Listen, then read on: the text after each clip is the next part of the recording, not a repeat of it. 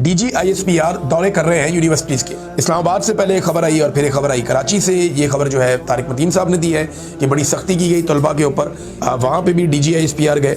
अब मामला ये है कि इन्हें क्यों जाना पड़ता है बार बार और ये चीज़ें पब्लिक क्यों नहीं होती। देखिए, अगर DGISPR गए हैं तो टीवी चैनल्स की DSNG वहाँ पे लगाई जाए, लाइव कवरेज करवाई जाए, पता चले कि बच्चे उन्हें क्या पूछ रहे हैं और वो बच्चों को क्या बता रहे हैं। ज़रूरी तो ये है ना। देखिए, बच्चों को जाके आप उनसे बातचीत करते हैं, अगर तो वो बातचीत अच्छी हो रही और उस बातचीत से अच्छी चीज़ें निकल रही हैं या फ़ायदा हो रहा है ISPR को, तो वो ज़रूर इसको पब्लिक करें। लेकिन जो इतलात आ रही हैं वो ज़रा अलग है। वो ये है कि वहाँ पे एक हॉस्टाइल किस्म का इन्वायरमेंट बनाया जाता है, बच्चों की हाज़िरी यकीनी बनाई जाती है और हौसला शिकनी की जाती है सख्त सवालात के हवाले से।